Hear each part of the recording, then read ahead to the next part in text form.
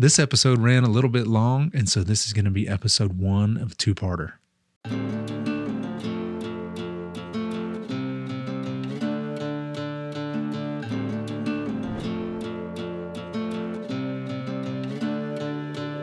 Welcome into the Staying Like Men podcast. My name is Daniel Challenberg. And I'm Logan Ingram. And we're here to explore what it means to live out true masculinity. This podcast is about us becoming the men that God wants us to be.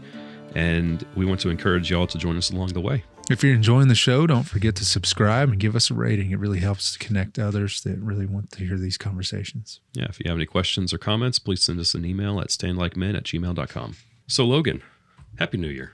Happy New Year, Daniel. Y'all had a good Christmas and New Year's?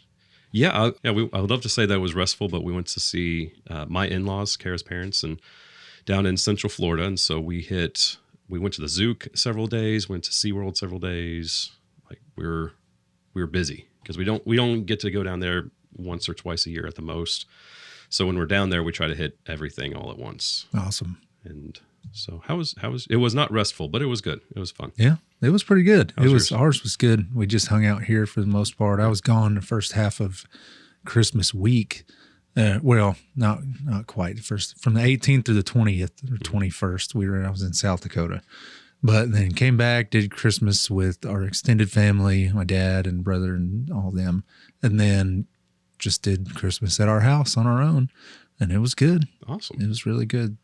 Cindy went down to see her parents down in Fredericksburg over New Year's, or right before New Year's. Her dad's birthday lands in that time. And so her and her sister surprised them with a trip down there and all met up and hung out with them for a little bit. Awesome. So what's in South Dakota? Bison. Yeah. Did you get any? We did. Nice. We got 3. Oh, nice. Yeah. It was quite an experience. It was unbelievably cold. How do you hunt bison?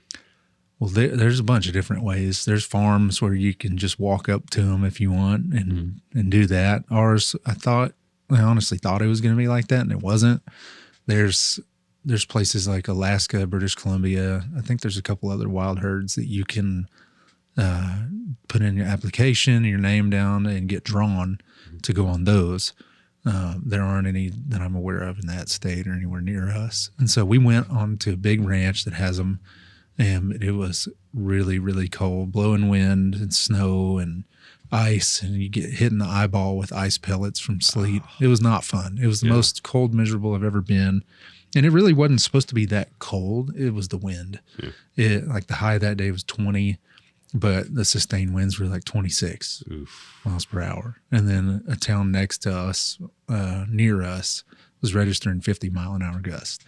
So it was pretty cold. It got so cold that a couple guys got almost like nauseous. Their hands hurt so bad. Oh, golly. So it's about, I feel like I'm a tough person and do all these hunts and trips, but this one, the first 5 minutes, I was like, this needs to happen quickly. Yeah. And we need to go home. But it was really fun, though. Got to spend time with my dad and brother and brought home, we got about 250 pounds of meat each. Okay. So we have lots of meat in the freezer. Well, if you need some help storing that and taking care of it, let me know. Yeah, you're welcome to have some. Sweet. I'll bring you some. Oh, really? Yeah. I'd love it. 100%. Well, I feel like that was a very successful small talk. I believe so. I agree with you. Excellent. Okay, so what are we talking about today, Logan? All right, Daniel, we are talking about fatherhood. Oh, yeah. Trying to parent some youngins around here. Okay. I figured that's a good topic to talk about, especially in a biblical masculinity sense. Mm-hmm. And I think it's one of the biggest problems in our world today is the lack of fathers. Agreed. Or men just not knowing how to be fathers. I've witnessed that many, many times. And so this one's going to be an encouragement and hopefully maybe a little bit of insight on what at least we think from a biblical standpoint fatherhood should look like.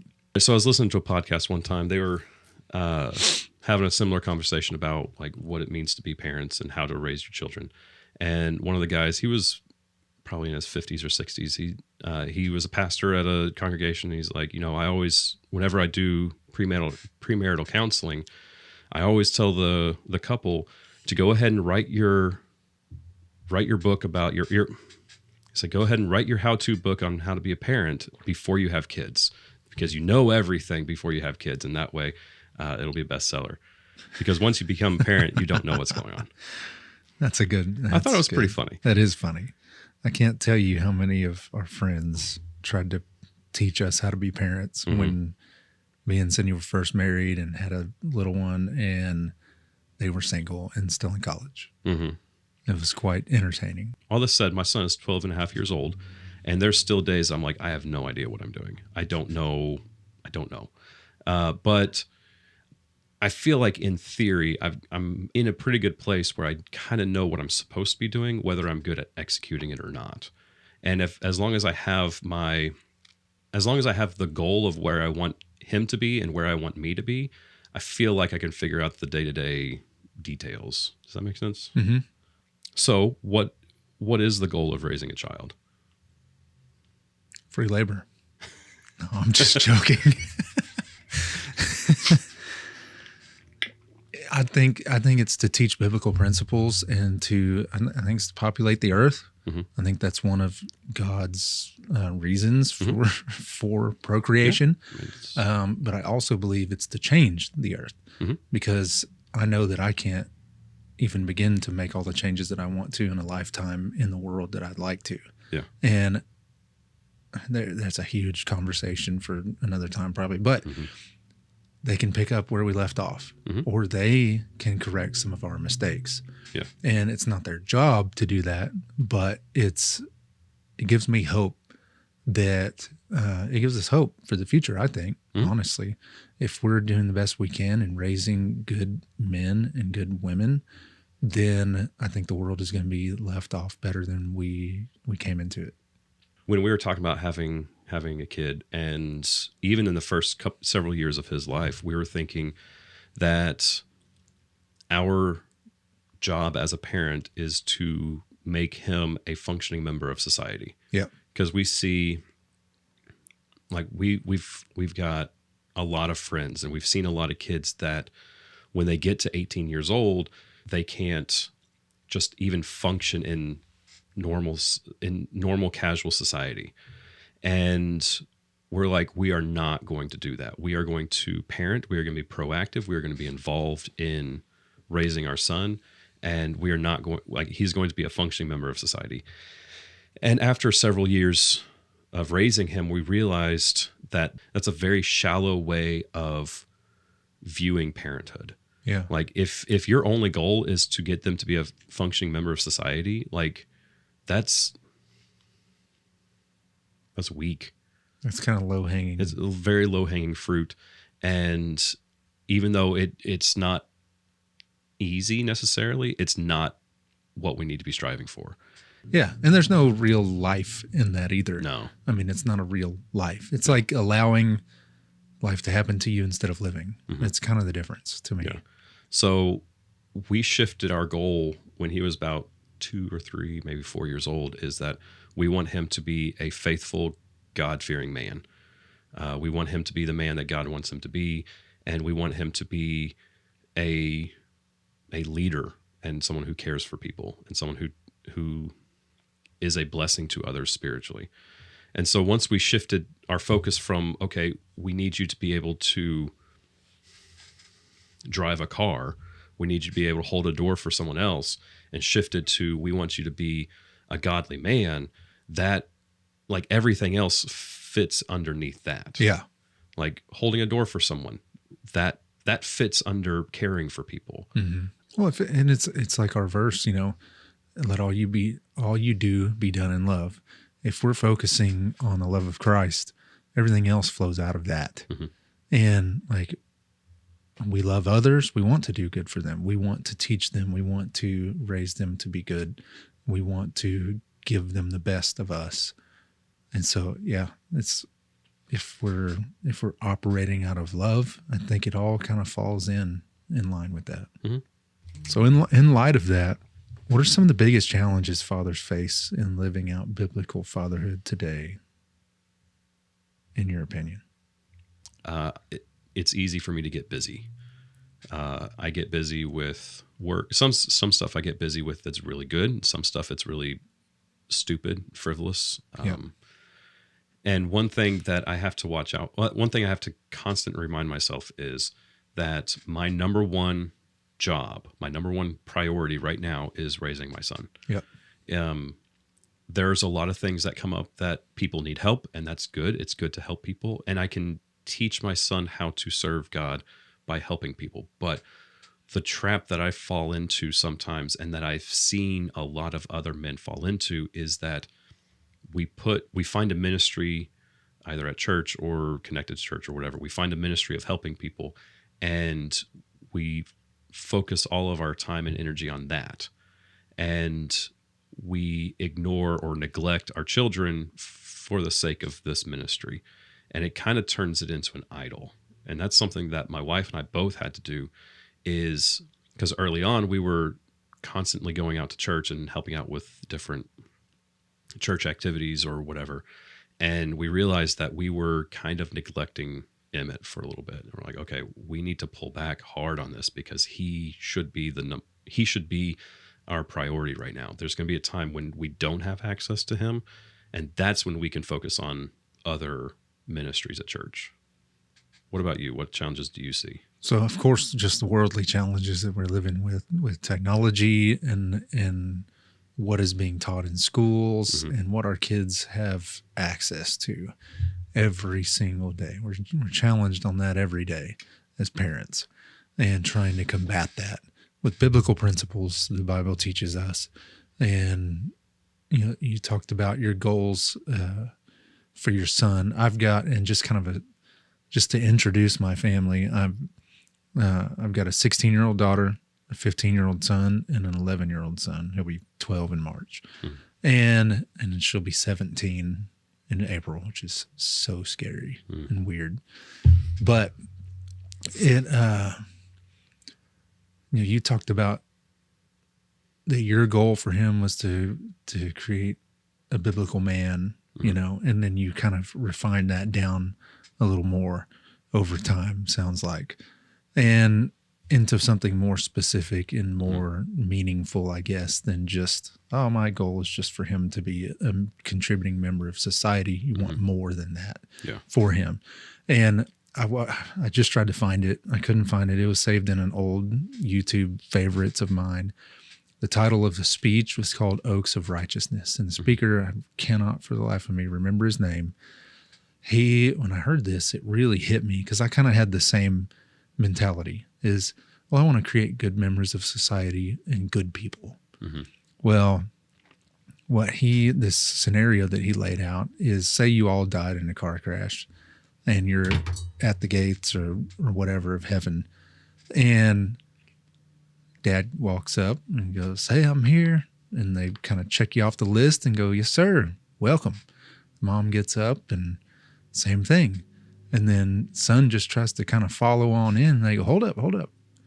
And son goes, "Well, I'm with my dad." And the dad goes, "Well, he's with me. He's with me." And that wasn't enough. He didn't have his own relationship with God and with Jesus. And so that hit me really hard for some reason. And it was just, it's very scary, to think that, like, say that really is exactly how it played out. Like, that would be terrifying. And so I've gotten, and I pray about this a lot more than I used to, is that gotten to the point where my hope is that they'll have their own relationship sooner rather than later. Because I know for me personally and other people I've known, well, not me personally necessarily, but people I've known, they didn't really have a relationship with God until later. Even though they grew up in the church, they didn't have their own personal relationship with him. And that's what I pray for my kids, that I'm helping push them toward, not forcing them, but guiding them towards Jesus, and that to where they have their own relationship. My daughter will be out of the house in 2 years, year and a half. I mean, I'm sure she'll probably still live at home or something, because that's just how life goes now. And Harding is 5 minutes away from the house, and which is where she's probably going. But I want Sunday mornings, I want her to get up on her own and go to church. I want her, when she's sitting in the calf or something, to pray by herself, because she has that relationship. She's not just relying on me and her mom. and the other members of her family or her friends for her spiritual well-being, that she has created an intimate relationship. Same for my boys. So that's kind of my goal. And that gets really hard because the world is pushing lots of other relationships. We just had a huge talk with her last night about a boy. She broke up with her boyfriend, which I've mentioned on here a couple weeks ago. He's out. Okay. And she doesn't understand. It's her first boyfriend, and she is still very distraught. Yeah. And had a big conversation about it last night. Yeah. Well, the world is pushing boy-girl relationships. They're pushing relationships with AI. Yeah. I mean, fake relationships, like Brent Hansen, forsake the fake. That's a saying that he has, is to get people offline and out of those relationships with video games, with porn, with whatever it may be. Even just your buddies online, necessarily, if they're not really feeding you spiritually. But there's lots of messages that the world has given to our kids these days. And unfortunately, a relationship with God is not one of those that's being pushed. It's got to come from the family, from the home, I believe. It can come from friends, absolutely. And I hope that's what we're doing, is we're creating contributing members of society that have their own personal relationship with God, who are also doing what we talked about on here lots of times. It's just planting seeds. They don't have to, my kids don't have to have one interaction with a friend at school that it's not really a believer or is definitely not, and change their life immediately, convert them and go baptize them. Like, I don't really think that's the end goal exactly. I mean, I would love for that to happen, but planting seeds is what we're really here for. We're tending the garden. Well, one thing that like drove me crazy for a while is I'd always hear parents say that they send their kids to public school so that their kids can like go and minister to the other kids and to like evangelize the other kids. I'm like, the problem is our children are not the missionaries. Our children are the mission field. Yeah. Because the enemy is actively trying to remove our children from the presence of God. I heard this recently that the enemy when I say the enemy, I'm talking about Satan, by the way. And his evil spiritual forces, the evil powers that are in our world. The enemy cannot kill God. And so what the enemy does, the enemy cannot harm God. And so what the enemy does is the enemy attacks his image. Yep. And he attacks the innocence and purity of children specifically, so that it can wound emotionally the father more. And it's a good way to look at it. And we can have a conversation about abortion if we want to. But like, do we jump down that road real quick? I would love to bring my wife in on that conversation. Okay. So we'll hold off on abortion for just a moment. By a moment, I mean, however many weeks. Yeah. But anyway, like the enemy is actively attacking our children. And the thing about like raising a child is you have one shot with that child. Yeah. Like when they turn off, typically in our current culture, when they turn 18, they graduate high school, they move on to college. Oftentimes they don't come back. But regardless, once they turn 18, like you no longer have direct influence over everything that they do. Even into teenage and late teenage years, you start to lose direct influence because they start going out with their friends. Ideally, you're going to give them some opportunities to show independence and to show responsibility by being back, like performing certain tasks, go to the store or drive yourself to school and back or whatever.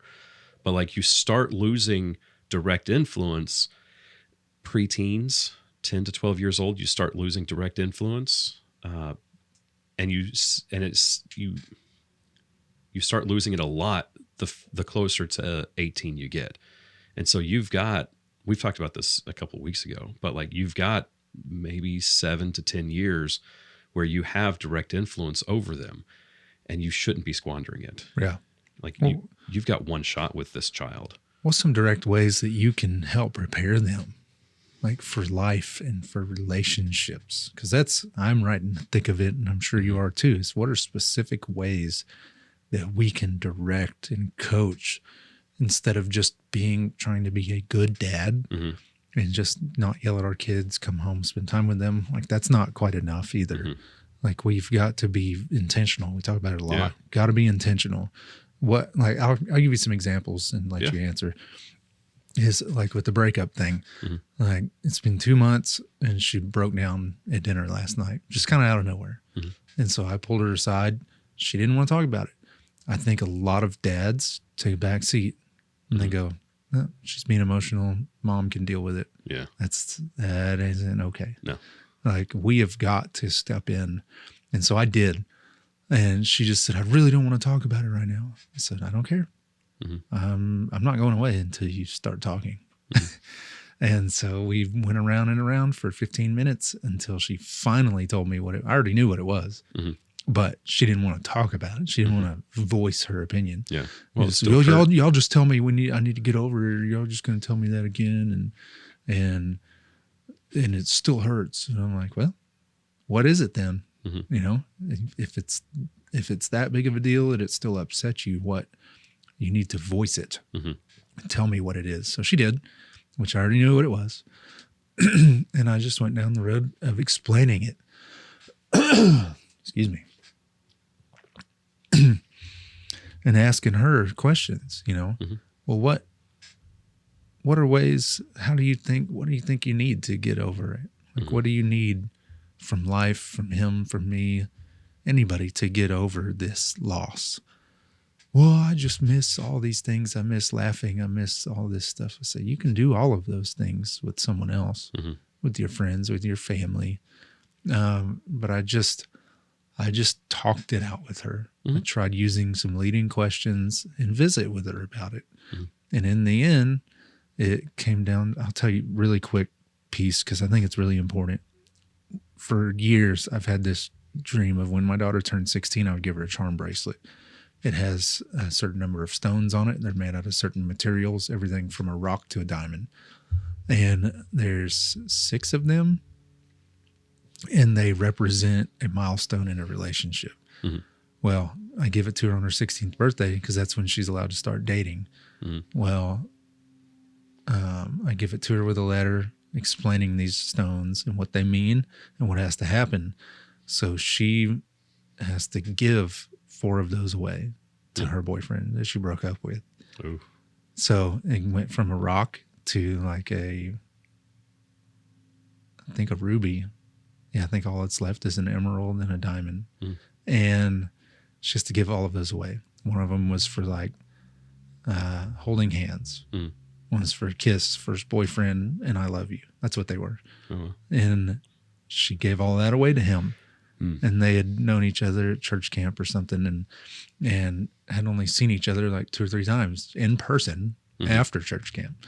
And so it was a great opportunity to show her, look how like I made it a visual. Like I had to cut those off for her, and I'm going to be sending them to him. Like, because those are his. That's part of the rule. That was the rule when I gave it to her. And when she started dating, you must give these away. Well, they're gone forever. And now she knows, like those pieces of her are gone forever. And I was explaining, you know, you can't just give pieces of yourself to other people for no reason. Like do you think, like, how precious is this rock? Like, it's not. It's just, it was literally a rock I picked up in a parking lot and had wrapped and made as a charm. And the other ones got progressively more expensive, but even then it was not that expensive to make. But I'm like, these are just rocks. Like, these are nothing. And you're upset because you have to give them to him. Well, how much more precious is the stuff you're actually giving away? Yeah. Like, these are just rocks. Yeah. Like, but you gave away your heart. You gave away, you know, your first handhold, your first kiss, your first I love you, all of those things. And there's nothing wrong with that. And I made sure she knew that wasn't like, she's not being punished because of that. It's just a visualization tool to show her how important these things are. It's a learning opportunity. Exactly. And so I think I've been intentional about that since she was like 6. or maybe younger. I don't know, when I first heard about this charm bracelet and decided that was going to happen when she was 16. And so followed through. And so I've been intentional for years about that one specific thing. But even with the boys, okay, I think we talked about it. My son shot our AC unit with an arrow. $4,500 down the drain to replace our AC unit. He was target practicing and decided it was a good idea. He had shot past the target in the yard. Well, the logical thing is, instead of walking back towards the house, I'm just going to shoot my arrow back towards the house. At the target, he missed.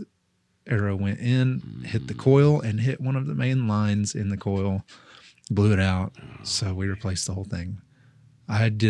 He did not get punished for that. And sometimes I regret that. But I tried to use it as a teaching thing. It was a bad mistake. He knew immediately. He thought he blew the house up because all the Freon just exploded everywhere. Yeah, you're not supposed to let the magic smoke out of devices. No, he went in the house screaming for everybody to get out of the house. And I mean, terrified him, scared him to death. And so I thought that was enough of a lesson. Yeah. And just his general genuine fear of what had happened. Yeah. And so he hasn't done it since.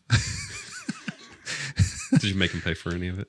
I didn't. Yeah. And so but I made sure that he understood there was a reason for that. Yeah. It was because it was nothing like that had happened before. It wasn't malicious. It was right. It was stupid. 100% accident, but it was a perfect example of this is how your choices affect. Yeah.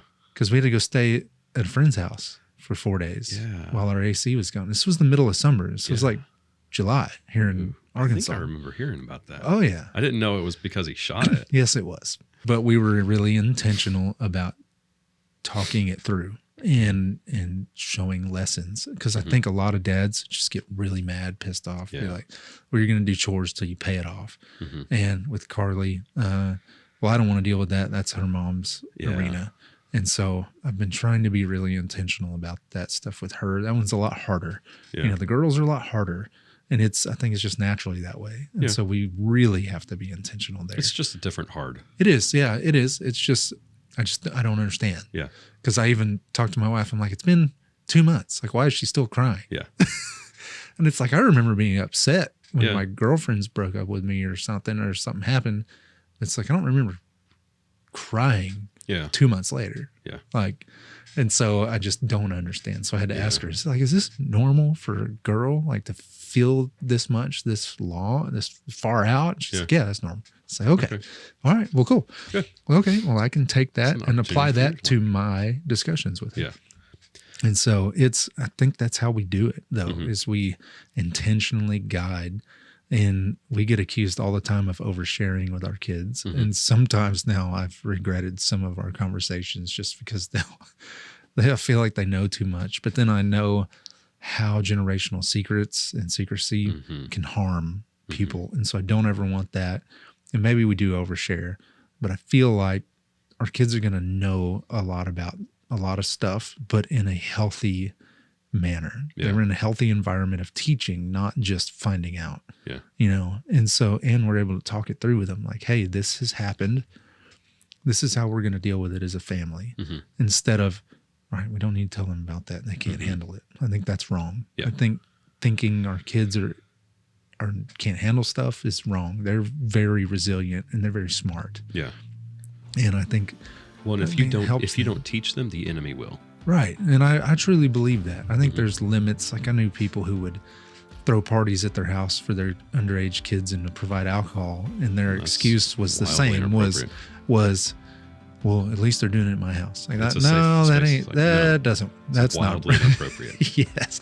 We're not doing that. Also we're illegal. Just having conversations. Yes. We're just having conversations and talking through life events with them. Yeah.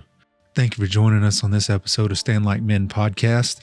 Please like and subscribe and join our conversation. If you want to send us some comments or any questions, go to standlikemen@gmail.com.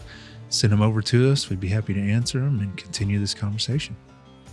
Our verse is 1 Corinthians 16:13-14. Be watchful. Stand firm in the faith. Act like men. Be strong. Let all that you do be done in love.